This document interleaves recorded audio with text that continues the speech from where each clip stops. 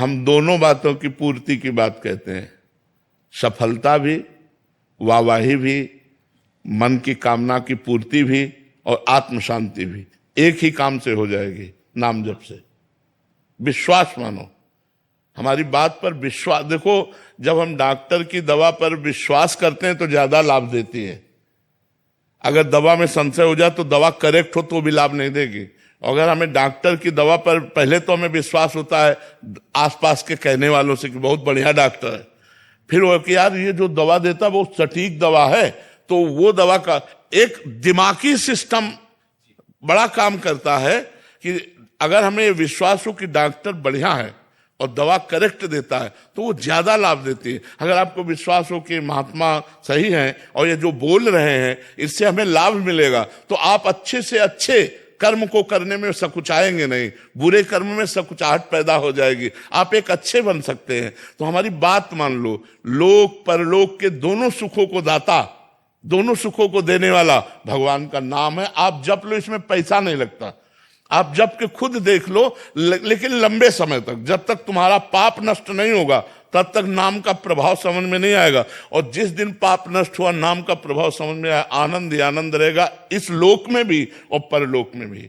यहां भी तुम्हारी कामनाओं की पूर्ति करेगा नाम, और परलोक में भगवत प्राप्ति कराएगा, और बिना पैसा का। भाई इसमें आप अपने काम करते रहो, जो व्यापार कर रहे हो, जो नौकरी कर रहे हो, और राम राम राधा राधा बोलने में क्या जाता है, क्या जाता है? आप देख लो, खुद देख लो कि आपका परिवर्तन होता है कि नहीं होता है।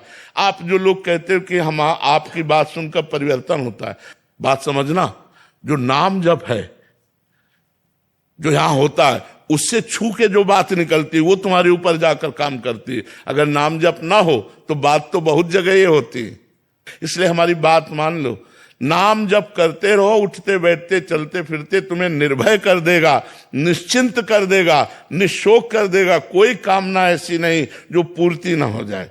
हम कह रहे हैं इस लोक की और परलोक की सारी सुख सुविधाओं को देने वाला कोई और भगवान देता है। इसलिए बिल्कुल आप बोले वो राधा राधा राधा, इसी से हो जाएगा, सब कुछ हो जाएगा। आप करके तो देख लीजिए, राधा राधा राधा राधा।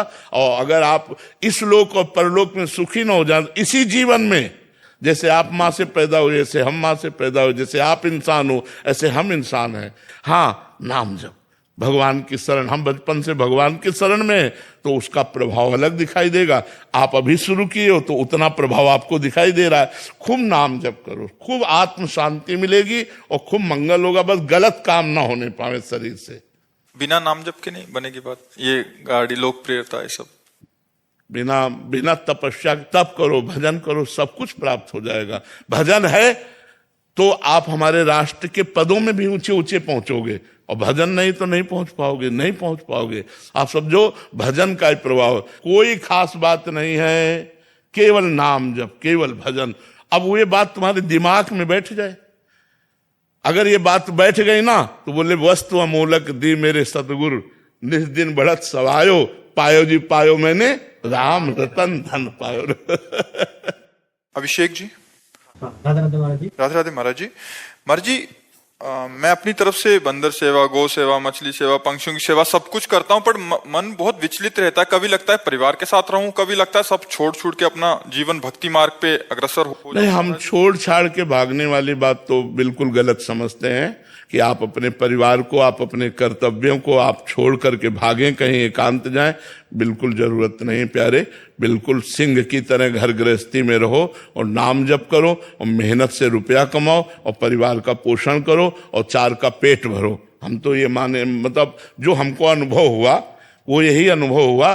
तुम मेहनत करो और चार का पेट भरो और नाम जप करो, इससे बढ़कर भजन क्या होगा। तो हम प्रार्थना करेंगे कि गृहस्थ में रहकर भजन करना चाहिए। विरक्त तब होना चाहिए जब स्त्री के प्रति आकर्षण खत्म हो जाए, धन के प्रति महत्व खत्म हो जाए और कीर्ति के प्रति कोई लगाव ना हो, अपने को बिल्कुल मरा हुआ जीवन व्यतीत करना हो, तो विरक्त बन जाए। नहीं तो बहुत कचाई रहती है, बहुत कचाई रहती है। मान लो विरक्त होकर इधर उधर माता बहनों की तरफ ताको, विरक्त होकर दूसरे की जेब की तरफ ताको, तो हमें लगता है ऐसा जीवन तो यार निंदनीय जीवन, मर जाना जीवन है। मरा हुआ ये जीवन ठीक नहीं है। मेहनत से कमाओ, नमक रोटी खाओ, और नाम जप करो और दूसरों का पेट भरो, ये बढ़िया बात है। जैसे तुम मछली सेवा, बंदर सेवा जो भी कर रहे हो, ये बहादुरी की बात है। आप कमाए हुए धन से पशु पक्षियों की सेवा कर रहे हो, प्रकृति की सेवा कर रहे हो, मनुष्यों की सेवा, ये बहादुरी की बात है। छोड़ छाड़ के कहाँ जाओगे? हमें कोई गुफा बताओ जहां आप चले जाओ, कौन सी गुफा में जाओगे? तो ऐसे बिल्कुल भागने, बहुत विवेक से चलने की जरूरत है। ये सहसा ऐसा काम ना करे कि सहसा हम सब छोड़ दिया और अभी सत्कर्म कर रहे हो तो छोड़ने का मन हो रहा हो, जब आके यहाँ भंडारा खाओगे ना तो फिर बुद्धि भ्रष्ट हो जाएगी, बुद्धि बदल जाएगी। इसलिए जहां हो वहीं रहकर भजन करो और मंगल में विधान करो, अपने राष्ट्र को सुख पहुंचाओ। अगर हम 5 लोगों की सेवा कर रहे हैं तो अपने राष्ट्र की सेवा कर रहे हैं। हम जब पशु पक्षियों की सेवा करें, अपने राष्ट्र की सेवा कर रहे हैं, अपने भगवान की सेवा कर रहे हैं। ऐसे बनो, ऐसे जैसे चल रहे हो ऐसे ठीक है।